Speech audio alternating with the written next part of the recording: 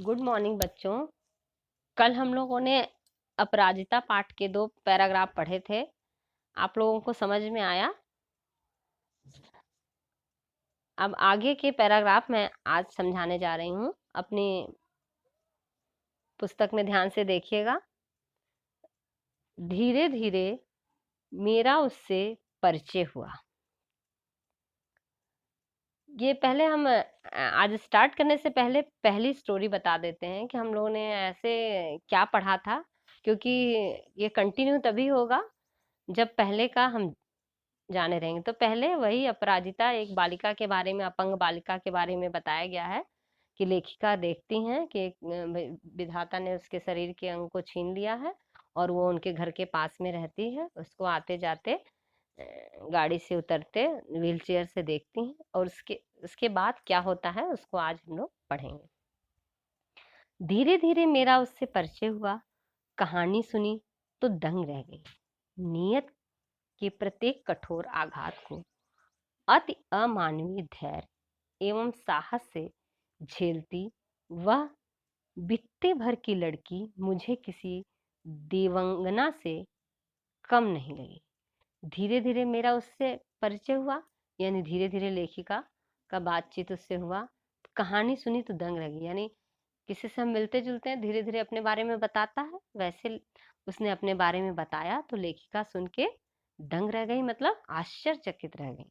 क्या रह गई कि नियत ने उसे इस कठोर आघात को अति अमानवीय धैर्य एवं साहस से झेलती वह बित्ते भर की लड़की मुझे, मतलब इतना जो कष्ट उसको है, नियत समय ने दे दिया है उसको इस आघात को, चोट को जो है अमानवीय ढंग से धैर्य एवं साहस से झेल रही है।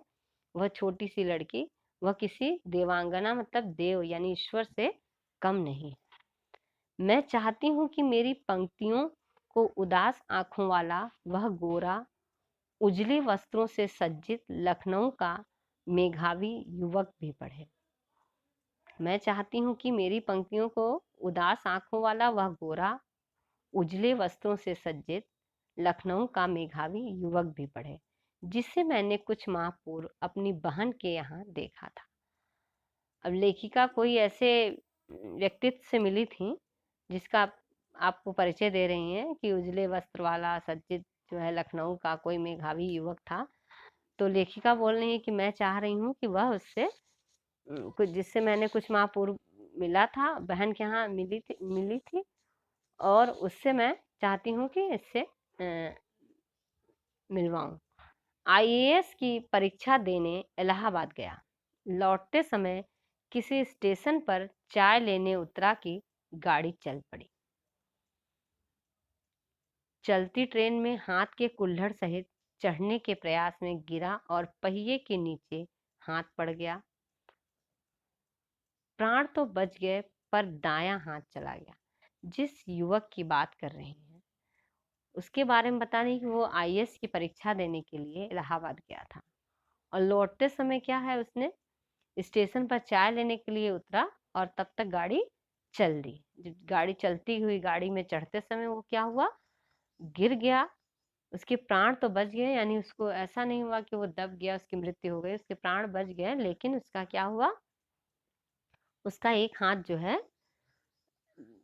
पहिए के नीचे पड़ गया और दायां हाथ उसका हमेशा के लिए चला गया। उसी विच्छिन्न भुजा के साथ साथ धीरे धीरे वह मानसिक संतुलन भी खो बैठा। देखो, वो व्यक्ति ऐसा था कि उसको जो कष्ट मिला वो सह नहीं पाया और अपना मानसिक संतुलन खो बैठा, यानी उसकी याददाश्त जो भी है, वर्क करने की क्षमता, वो खत्म हो गई, मानसिक संतुलन खो बैठा।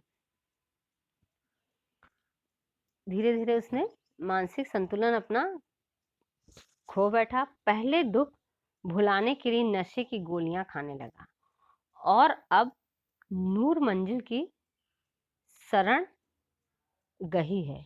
केवल एक हाथ खोकर ही उसने हथियार डाल दिया। इधर चंद्रा, जिसका निचला धड़ निष्प्राण मांस पिंड मात्र है, सदा उत्फुल्ल है, चेहरे पर विषाद की एक रेखा भी नहीं है। बुद्धि दीप्त आंखों में अदम्य उत्साह, प्रतिपल प्रक्षण भरपूर जीने की उत्कट जिजीविषा, और फिर कैसी कैसी महत्वाकांक्षाएं। ये बोलती कि वो मानसिक रूप से विच्छिन्न हो गया, और क्या कष्ट में नींद की गोलियां खाने लगी, और एकदम मतलब असहाय अपने को समझने लगा। केवल एक हाथ खोकर ही उसने हथियार डाल दिए, यानी हार मान ली कि अब हम, हथियार डाल देने का मुहावरा आप तो समझते हैं ना, हार मान लेना। तो हार मान लिया अपने जीवन से कि एक हाथ मेरा चला गया, अब हम कुछ नहीं कर सकते। इसलिए लेखिका ने सोचा कि हम इस बालिका से उसको मिलवाएं जिसका एक शरीर का पूरा निचला हिस्सा काम नहीं कर रहा है, निर्जीव है, फिर भी मांसपिंड समान है, यानी खाली एक है कि वो शरीर में वो है अंग, तभी भी वो सदा क्या रहती है, उत्फुल्ल रहती है, खुश रहती है, प्रसन्न रहती है, और कोई विषाद, दुख, कष्ट उसकी की रेखा उसके चेहरे पर जरा भी नहीं दिखती है। आंखों में वही अदम उत्साह, चमक, प्रतिफल, कुछ करने की इच्छा, महत्वाकांक्षाएं, ऊपर जाने की इच्छा, ऊंची चोटियों पर पहुंचने का उसके मन में हमेशा ऐसा मतलब रहता, वो हिम्मत नहीं हारी हुई है। मैडम, आप लखनऊ जाते ही मुझे ड्रग रिसर्च इंस्टीट्यूट से पूछकर यह बताएंगी कि क्या वहां आने पर मेरे विषय माइक्रोबायोलॉजी से संबंधित कुछ सामग्री मिल सकेगी।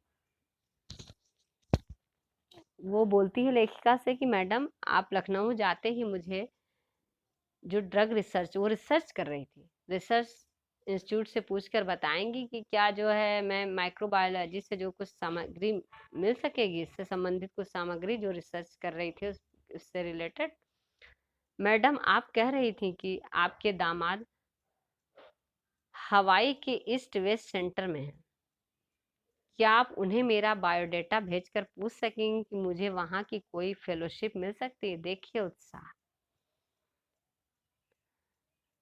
कि इतना शरीर का एक पार्ट, निचला हिस्सा काम नहीं कर रहा है, फिर भी उसका उत्साह देखिए कि मैडम से बोल रही है कि आप वहां जाएंगी तो ऐसा पूछ सकती हैं कि कुछ सामग्री मिल सकती है। फिर मैडम, आप कह रही थी कि मेरे दामाद यहाँ पे काम करते हैं, तो मेरा बायोडाटा, मतलब बायोडाटा समझते हो ना, ये रिज्यूम जिसको क्या पढ़े हैं, क्या लिखे हैं, क्या ये देकर पूछ सकेंगी कि मुझे कोई फेलोशिप, मतलब शोध के लिए स्कॉलरशिप जो होती है वो मिल सकती है।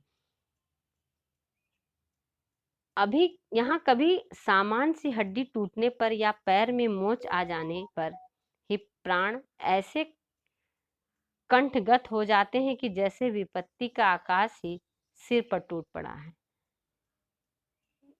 लेखिका बताती है कि हम अमूमन क्या होता है, जरा सा चोट लग गई, हाथ पैर टूट गया, तो लोग क्या करते हैं, मोच आ गई तो प्राण ऐसा कटगत हो जाता है, मतलब अपना जो है प्राण जो है आदमी का एकदम असहाय हो जाते हैं। बोलते हैं कि अरे देखो मेरा पैर टूट गया, हाथ टूट गया, और मतलब एकदम परेशान हो जाते हैं, कंठगत हो जाता है, गले तक मतलब पहुंच जाता है, रोने लगते हैं। कंठगत होना मतलब रोने लगते हैं कि परेशान हो जाते हैं कि अरे देखो ऐसा हो गया मेरे साथ।